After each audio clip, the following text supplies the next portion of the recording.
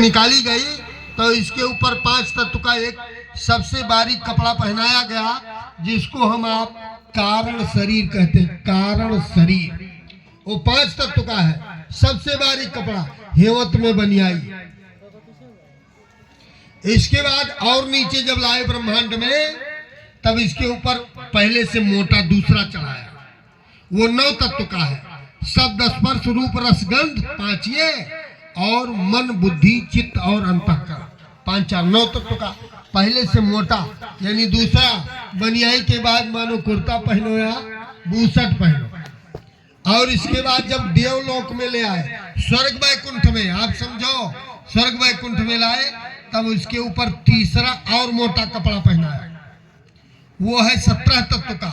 उसी में देवता रहते हैं और उसी में यानी प्रेत भी रहते हैं।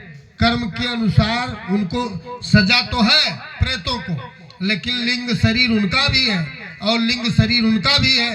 अब देवता लोग घनघोर तपस्या करके तब उनको देव शरीर मिला, और ये खराब काम करके इनको प्रेत शरीर मिला। लेकिन 17 तत्व का दोनों का, वो मौजूदा रहे और वो दुख भोग रहे, बस थोड़ा अंतर है उनमें।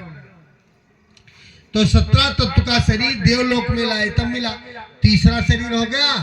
अब इसके बाद में तीसरा शरीर आप मानो हेवत में स्वीटर या सदरी, और इसके बाद इस मर्तलोक में जब हमको आपको उतार करके लाए, तो सबसे मोटा कपड़ा ये कोट जाकिट ये मनुष्य का शरीर, ये सबसे मोटा। तो जिनको संत मिल जाते हैं, जिनको सतगुरु कहा जाता है, कबीर साहब की वाणी है, सतगुरु मिले अनेक फल, कोई फल बाकी न रह जाए। सबसे बड़ा फल क्या है? फल तो संसार की संपदा, संसार का सुख वैभव, ये भी फल है। और सबसे बड़ा फल है मुक्ति लाभ, मोक्ष फल, मोक्ष का लाभ मिल जाए, ये सबसे बड़ा फल है। तो कहा कुछ सतगुरु के मिलने से कुछ बाकी नहीं रह जाता। अब हम आप क्या देखते हैं, बड़ी बड़ी दाढ़ी है, बड़े बड़े जटा है, अब बड़ा लंबा वेशभूषा है। आज के 3 साल पहले एक बड़ा बिखधर साधु हमें मिले, कहे न चाहिए न निंदा करी, लेकिन वो जब भेष के निंदा करावे लगे,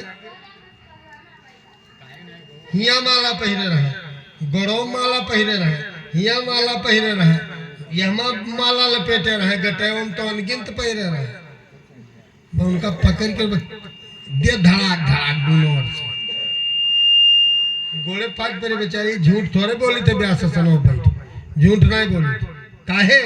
वो भेष के निंदा करावत है, उनके अंदर दुष्टता रही, तो अकेले मिलकर उनका मारना है, अकेला है कि और दुनिया न जान पाए कि भेष तो भगवान का काम क्या है।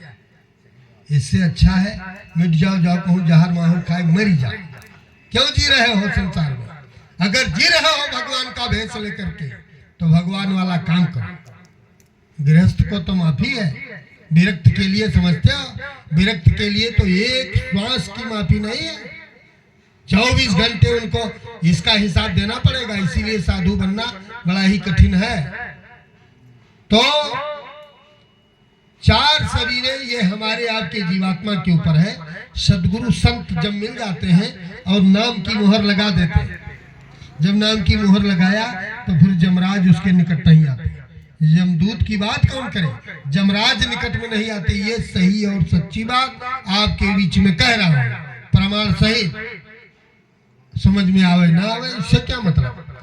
तो जमदूत नहीं, धर्मराज नहीं आएंगे। जमदूत की कौन बात करे, धर्मराज नहीं आते। क्यों? क्योंकि वो बड़े पावरदार होते हैं। जिन्होंने आपको पकड़ लिया, अब आप बताओ कि आपका परिचय हो जाए डीएम से, तो कोई चपरासी आपके पास आए? आपसे कोई चपरासी बात करेगा कि ये तो साहब के साथ बैठते हैं, ये तो साहब इनको बहुत मानते हैं, तो कोई चपरासी आपसे भिड़ जाएगी? ये चीज है, वो डायरेक्ट होते हैं, वो सुप्रीमो सत्ता होते हैं, संत। संत का मतलब ये जिसकी दिव्य दृष्टि खुल जाए, देवी देवताओं का दर्शन करते हुए रामकृष्ण भगवान से जिसका साक्षात मुलाकात हो जाए, उसको संत कहा जाता है। संत का मतलब जिसने कर दिया हो अंत, और अंत क्या है? है